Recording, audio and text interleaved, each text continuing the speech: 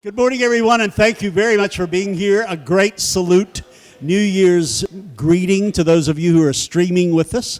We're really thrilled that you're here. This is one of the most exciting Sundays of my 21 years because we're going to unveil this amazing adult roadmap and talk about the next 4 months.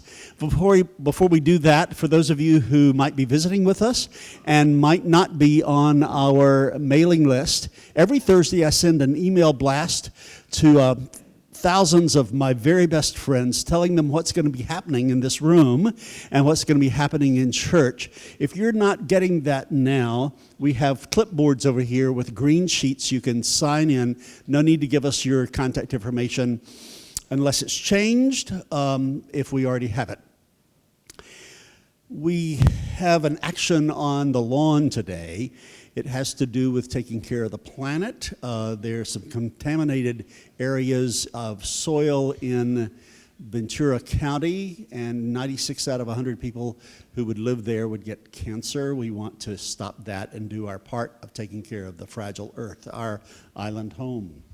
So with those things said, let me introduce to you two of my most prized and beloved colleagues, Sally Howard, who is a psychotherapist and also a psychoanalyst and also works in the pastoral care department in the area of healing particularly. And you hear her preach from time to time. And she's a priest who does a lot of pastoral care. John Dephouse, to her right, is our senior associate for education and formation, cradle all the way up. He oversees the CYF department and also has overseen the putting together of this roadmap. Now, as a way of introducing that, they're going to talk about the roadmap in just a second. I want to invoke, for those of you who were around several years ago, that we unveiled a children's roadmap at that point, which looked like this, and you can get copies of this right upstairs in the CYF department. It tells us what happens if you are a child or a teenager at All Saints in terms of education and formation. And we thought that it would really be important to give you an understanding of what happens if you're an adult. So John and others, particularly Sally, have been working on this adult roadmap. All of you have it in your chair. If you are streaming or listening to this later and need a hard copy, you can certainly call us at the church office and we will send one to you. But let's jump into it first because it provides a framework for understanding what we're going to be doing in the next 4 months before I leave. So, John, if you'll take it from here, brother. Sure. Good morning. Good morning. All right, good to be here. What do you think about this roadmap? Looking good. All right, good. We just needed some encouragement. There's a lot of work that we put into this. So first I want to acknowledge those of us who did work on this. Jim White is over here. He's on the roadmap committee. And Norwita Milburn, not sure if she's here this morning, and Sally and I, and Brian Robinson as well, another parishioner at All Saints. We together met periodically over the past couple of years to take on this challenging task of capturing the reality of formation and education at All Saints using the metaphor of a roadmap. And one of the first questions and dilemmas that we faced is that when we think about adult formation, it's not a linear process. Over the years at churches, I've heard people say, what's our formation curriculum? What's our education process? And there's this, in my experience, ingrained assumption that there's a starting point and there's an ending point. And if you get on this path and go on this straight line, eventually you will be formed once you get to the end of that path. Can you relate to that experience? That's kind of the way we often think about education and formation, sort of like a seminary or a college curriculum. Take all of these classes and then you will get to point B or point C or whatever it is. And so using the metaphor of a roadmap, it became very clear to us right away that a roadmap doesn't just show one path. A roadmap captures all kinds of paths. A roadmap captures what the terrain looks like. It names different territories that are on the landscape. It shows different cultural markers and signposts and different ways that you can turn but there's not one destination that we arrive at. So at All Saints, we take our central identity pieces, which are peace and justice, community, and spirituality, and we put them in 3 interlocking circles. And the idea of this was to capture an integrated landscape. Often we think about peace and justice and spirituality and community in 3 different separate compartments.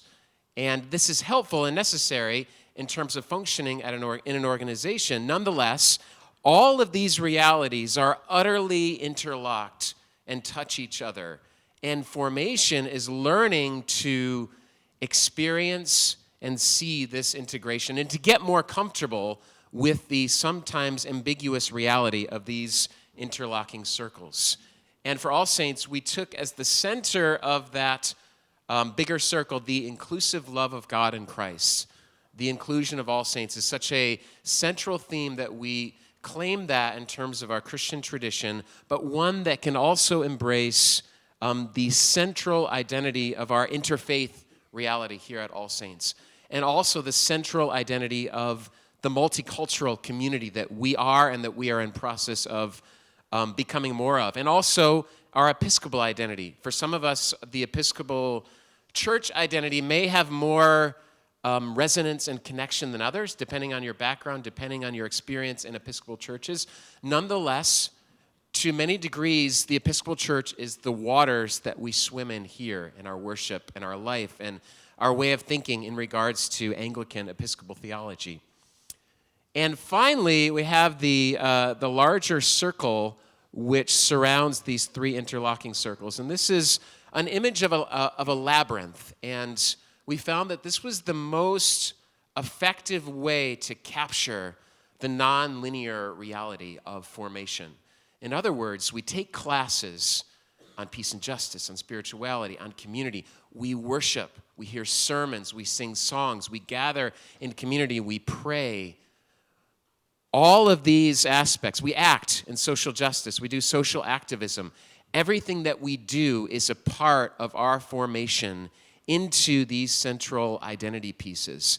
And so the labyrinth helps to identify the kind of landscape that we're on. There's different turns that we can take, and there are no wrong turns. That's the liberating grace of all this, is that we can be here at All Saints and make different turns, and we might ask ourselves, is this the right way to go? Is this the right way to go? Should I be here? Should I be there? And the truth is if you're here, you are going to take in all of this identity that we have here, which is so integral to our life here at All Saints. So the image that we have here on the front is textured and layered intentionally in order to capture the texture and layers of formation here at All Saints.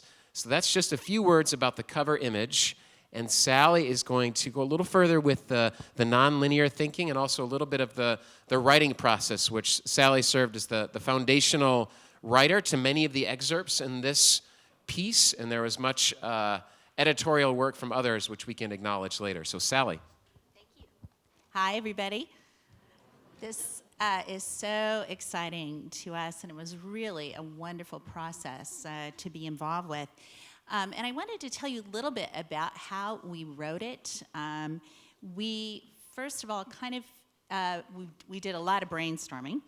And we came up with 3 or 4 questions. That is, what does mature, healthy formation look like? And think about yourself trying to answer these questions. It was really an interesting and rich process.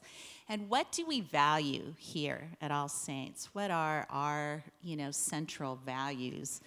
And what metaphors serve us? We did try on some other metaphors other than roadmap, but we kept coming back to kind of a spatial metaphor that really would capture regions and territories. And one of my favorite contributions was Jim White talking about we could even have guidebooks for the regions. It was quite fun. Yelp reviews, too. And Yelp reviews, that's right, Yelp reviews.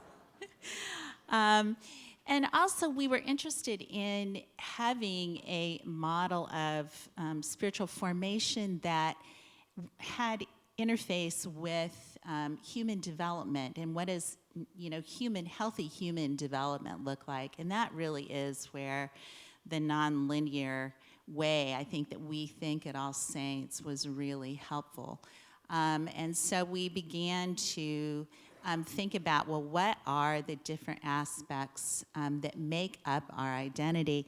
And if you turn to the inside, we developed a vision statement that really follows our mission statement of spirituality, community, peace, and justice. And we are so interested to hear what you all think about it as you read it. And our hope is really that part of the purpose of this, it will serve as a guide and a springboard, but also for all of us, all of you, to think about yourself. What do you think about these areas, and what do they mean to you? So from that, we did another couple sessions where we just brainstormed, like, well, what are the categories of formation as we think about those? And that is under categories. So if you look, you'll see Episcopal identity, interfaith, multiculturalism, theology and scripture, spirituality and meditation practice, healing, health, and pastoral care, poetry, music and the arts, faith and science, and children, youth, and families. And everybody in the group chose some categories and wrote those up, and then we all edited them together. And some other folks, clergy also helped editing. So that, I think, is the main part about the writing. And then the back, John, do you want to talk about that? Yeah, sure. So the program options on the back, when we think about education formation, my mind immediately goes to either the Rector's forums or the classes that you attend between services, or the classes that might take place anytime throughout the week at All Saints. And we want to continue to embrace that, to name that, and also to acknowledge some of the wider, perhaps, realities of formation that we may be less aware of on a week-to-week basis. And one of those, for example, the first category we chose is worship and liturgy. And in the Episcopal Church, worship is central to formation here. In other words, when you go to church on Sunday morning and you experience the readings, experience the prayers, experience the sermon, the songs, everything that we do on Sunday morning is like, one analogy is waves kind of crashing over rocks. Not to say that you're all rocks. We're a little more interactive than that. But just the idea that formation happens, that one or two waves coming over the rock is not going to shape it into what it is becoming. But over time, over years, over weeks, over several years, each rock takes a particular shape based on its uniqueness. And so liturgy and worship is central to forming the values that we're talking about today. And also, utterly central to All Saints' life is social activism. In that, and I commend you to read the quote from Desmond Tutu. This really says it so well. Tutu writes, "When we look squarely at injustice and get involved, we actually feel less pain, not more, because we overcome the gnawing guilt and despair that festers under our numbness. We clean the wound, our own and others, and it can finally heal." And I think that captures so beautifully how getting involved in peace and justice and acting and being involved in social activism is not just the outcome of formation, but it is part of our very formation over the course of our lifetime. And in addition to the individual adult offerings that we offer on Sunday mornings and other times, we also have, for those of you who do want to find a curriculum or a path which will provide a deeper, more expansive experience of learning and formation, we have those offerings. The new member class, for example, which you can read about. The confirmation class, which is an 8-week process. And EFM, which many of us know about, but some of us, not all of us, may know about Education for Ministry, which is a 4-year group seminar process, which really allows you to go deep with some of the central tenets of the Episcopal Church and of Christianity, and of experiencing Christianity in an increasingly pluralistic and interreligious world. And how do we operate and live within the reality that we are living in this time and space? And you'll see the other ways in which formation takes place through small groups and a general category of special events, which opens the possibility for many different offerings that we'll offer every year at All Saints that may be different and will not be predictable every year. So this is just a little bit about the program options, and I want to turn it over to Ed to give a few of his words on this, and also to get us into some of the events that will be offered in the next 4 months here in our community. Thanks, John and Sally. Let's give some applause to Jim White, to all the other members of this. Just an amazing accomplishment.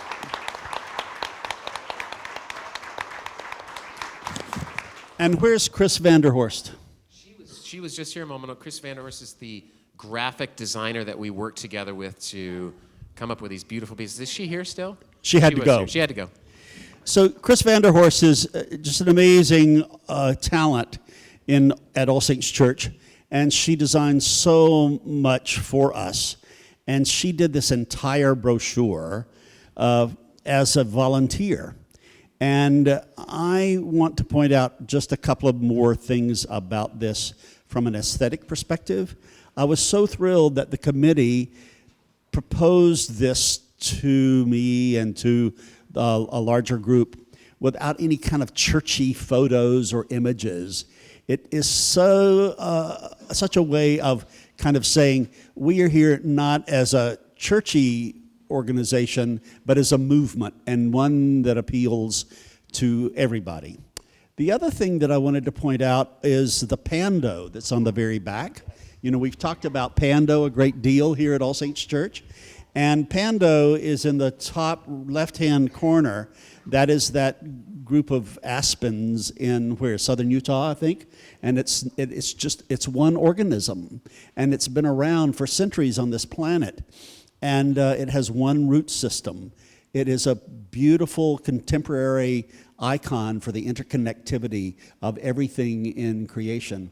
And if you look more closely in the background, a photograph of Pando is in the background of that particular page.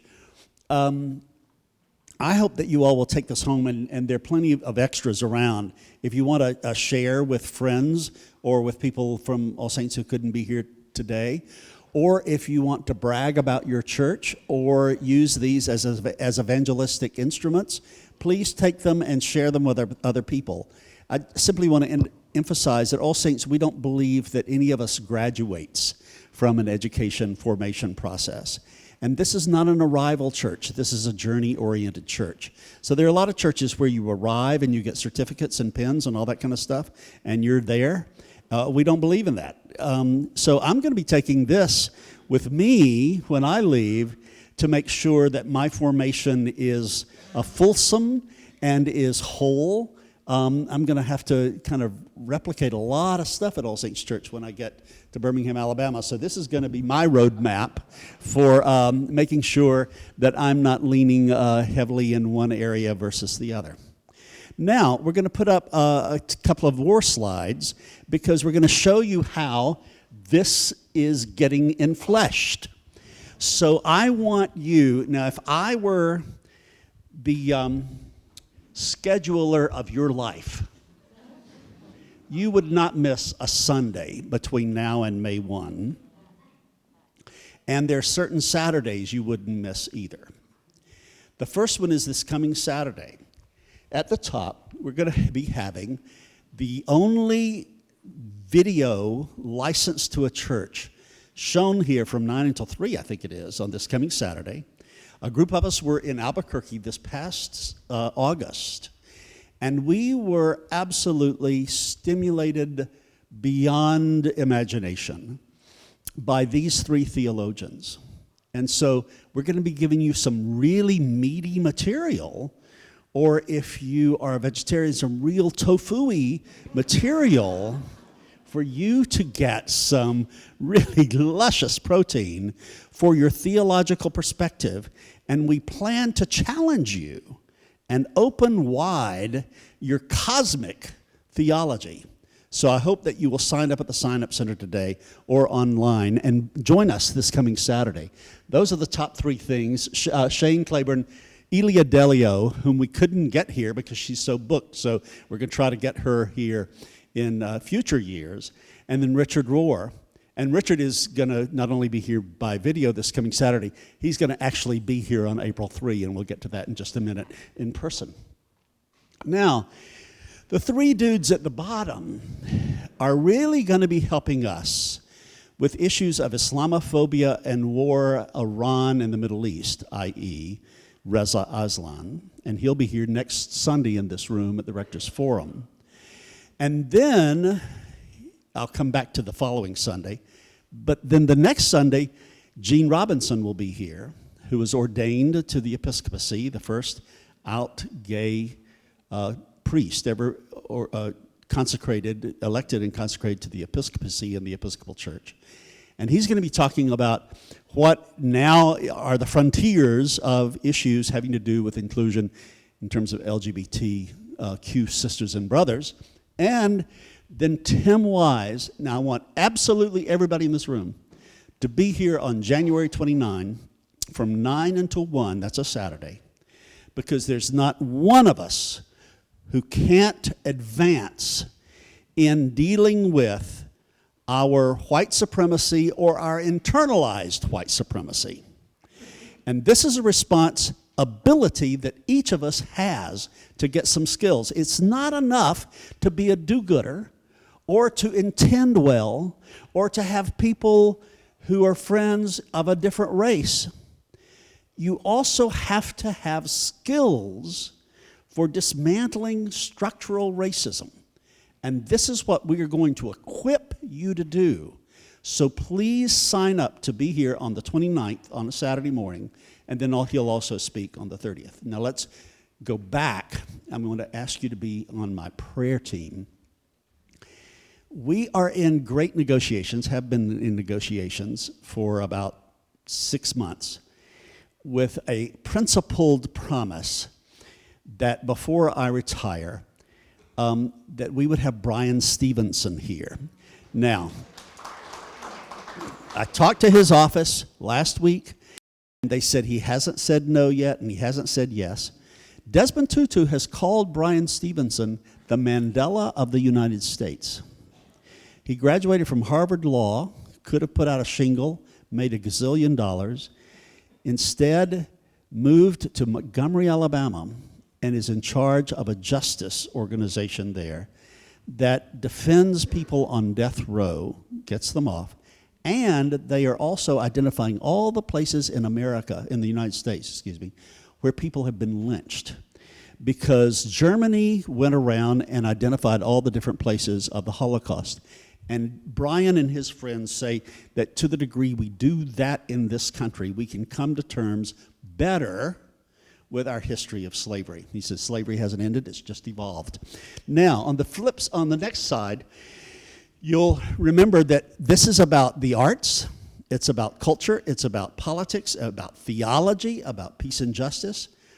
Here's how all of that's going to get infleshed even further. At the top left-hand corner, Ken Turan will be here. We will have Ken Turan Day, as we always say. It's the day that has the most people who come.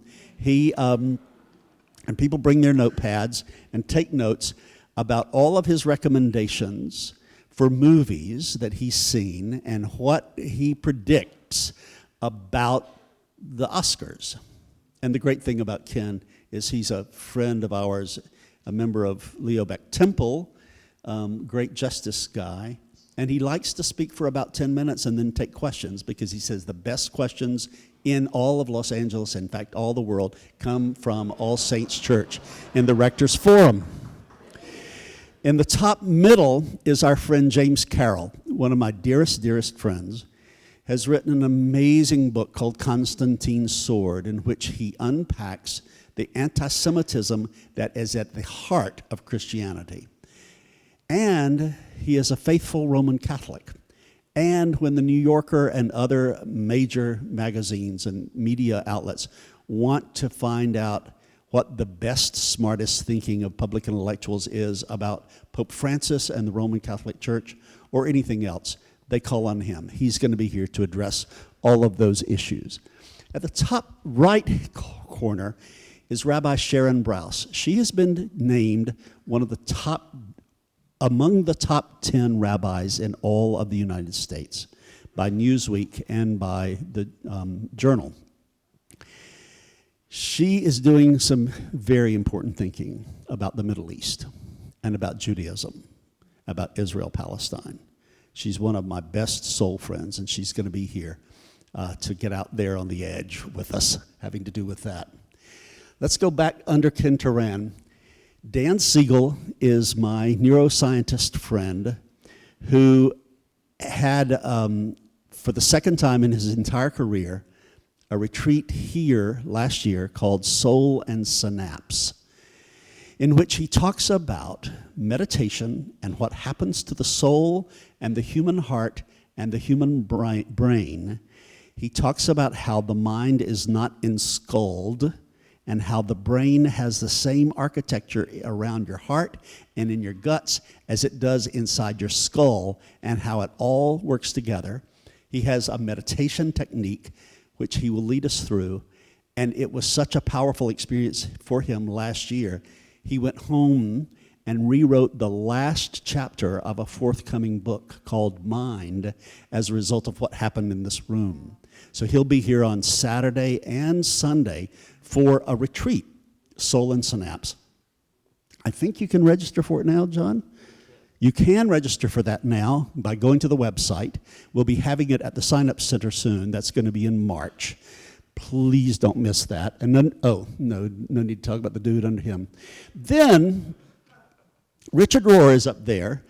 He will be here April 3. He is retired. He's quit traveling around, but he's paying us a personal favor because he really loves the gospel, as he finds All Saints being a steward of. And so he will be here on Sunday, April 3, I think it is. And finally, my friend Kim Rosen is going to be here. So really quick story about Kim and poetry. She's going to be here because she wrote a book called Saved by a Poem. And I read that, and it was my introduction to a lot of poets I didn't know, including John O'Donohue.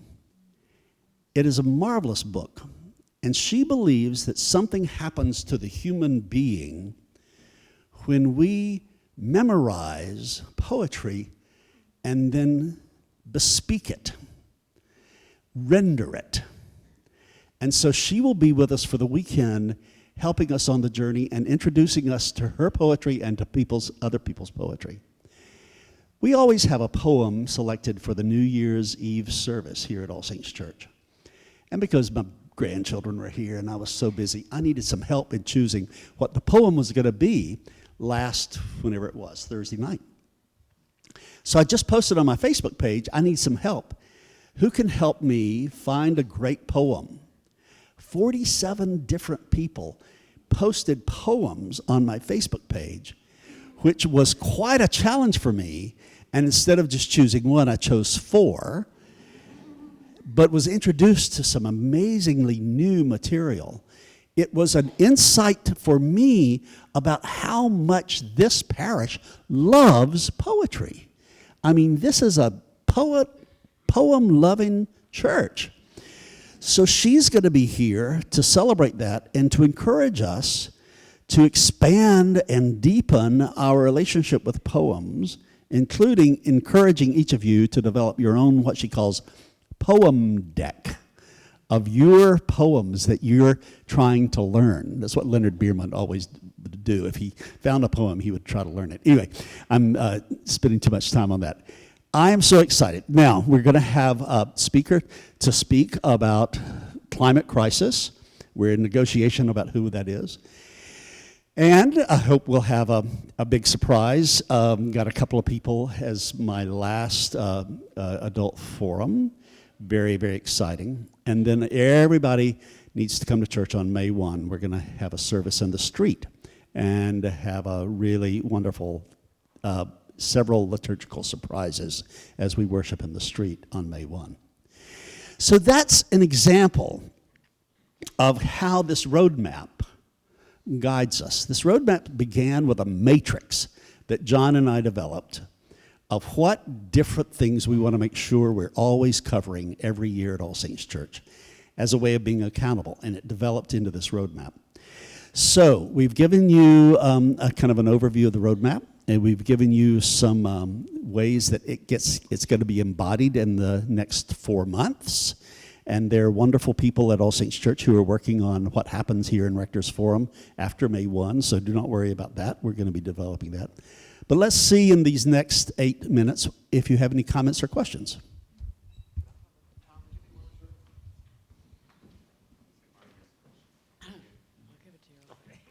Ed, would you like to apply for the job as the next rector? I often think about applying for the job as the next rector. Thank you very much. Just knock this out of the Thank park. you. This is fabulous. Thank you. Maybe I could do the job now. I'm deeply Thank you. moved by what you've done. Thank you very much. Other questions or comments?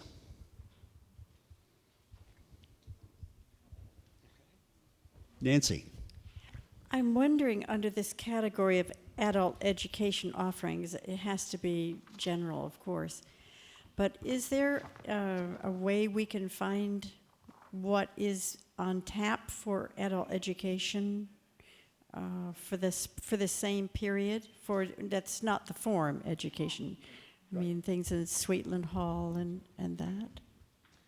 I think they're all, on a monthly basis, they are published in our Saints Alive publication. So if you receive that, you can see the offerings that are coming up for the next month at least. And that is often as far ahead as we schedule. Sometimes we stay nimble in a couple of the slots each month so that we can respond to offerings that become available to us. But otherwise, you can always look on the calendar on the website and see as many offerings that are scheduled as possible. And the website's being redesigned, so it'll be easier for you to go to the calendar and see what's coming up. That's another very exciting development that's going on that we'll unveil very, very soon. Other questions and comments?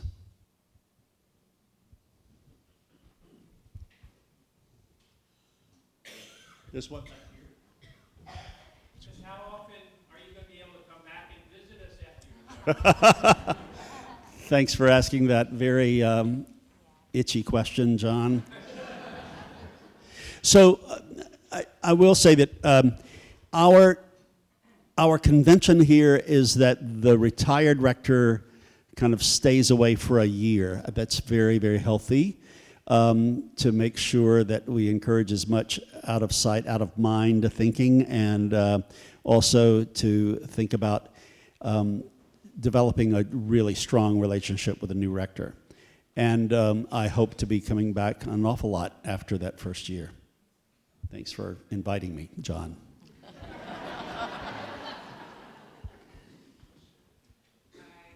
Hey, we'll repeat your question.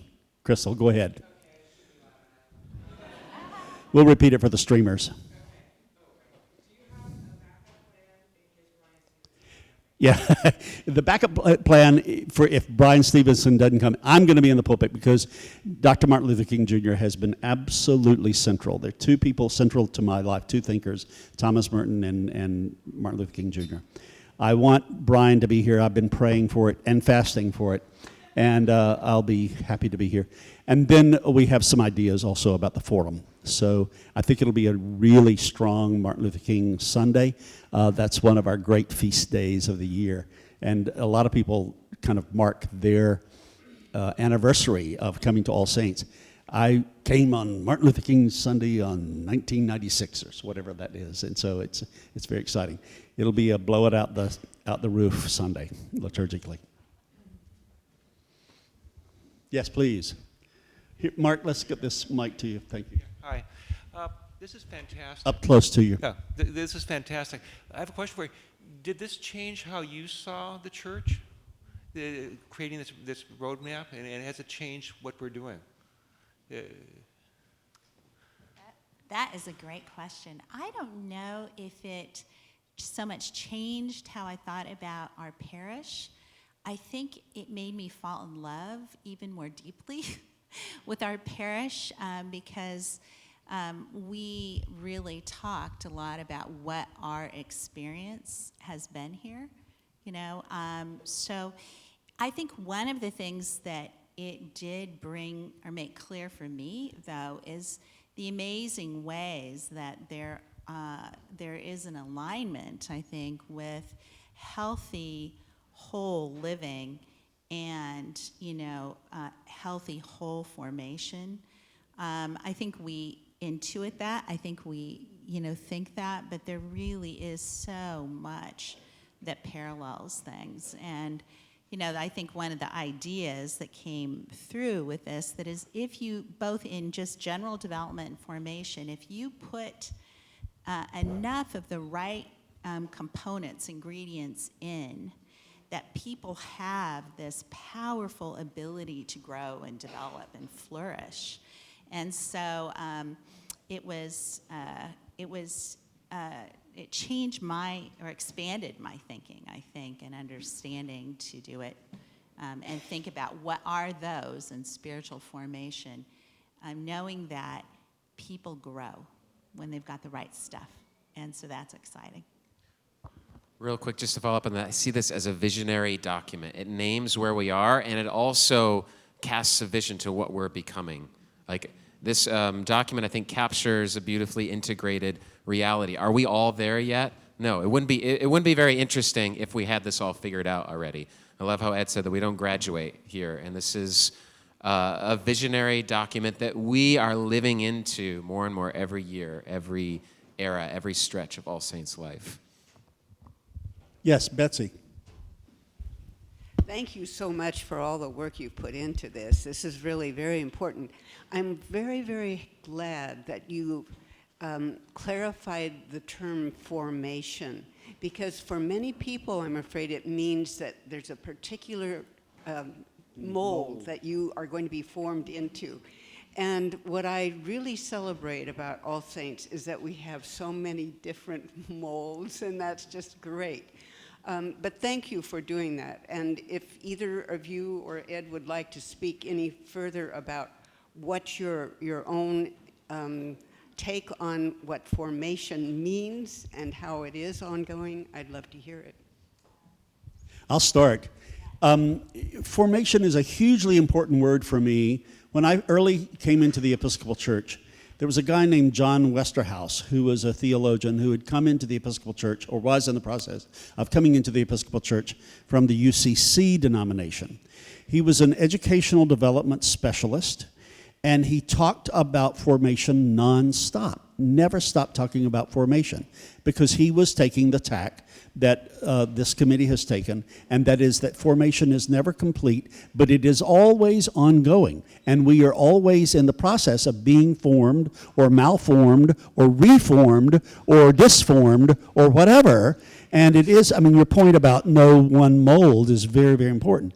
And he had come through an evangelical journey himself and had found himself in the Episcopal Church. And he was a student of Jim Fowler's in terms of the faith formation academic category. Anyway, he said that formation takes place as soon as you drive into the parking lot of a church. And it doesn't stop until, in terms of your intentional, formal Christian formation, until you get into your car at the end of the Sunday experience and leave. Then with challenge, he began to say, yes, and formation takes place 7 days a week. It never, never stops. So it is we talk about transformation all the time, which is my favorite form of talking about formation, about our changing. We never stop changing. But this whole notion that you and I are being formed right this second by the presence of one another, by the work being done on this, that all of us are different, we're going to be different as a result of just this gathering right here. Please, Michael. One more question.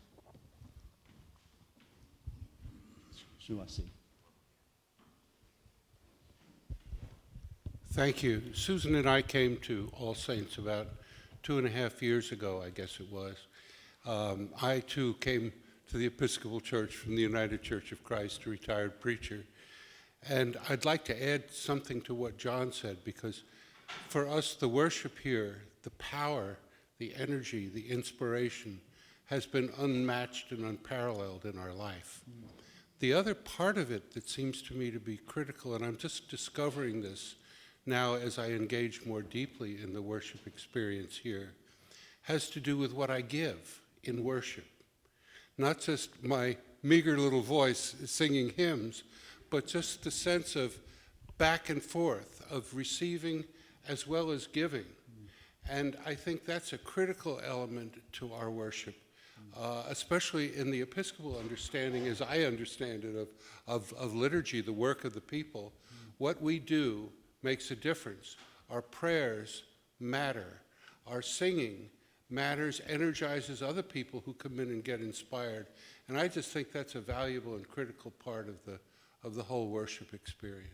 Thanks, Michael. That's a great testimony to end on. Yes, Kathleen, real fast. Yes, I hope that as you are designing the education program, that you will look at doing things that provide a tangible way to do something. And there were two workshops that I've come to here that absolutely changed my life. One was the group on Julia Cameron's books, and then the small group that followed about creativity and a very tangible outline for how to do that, as well as 1 year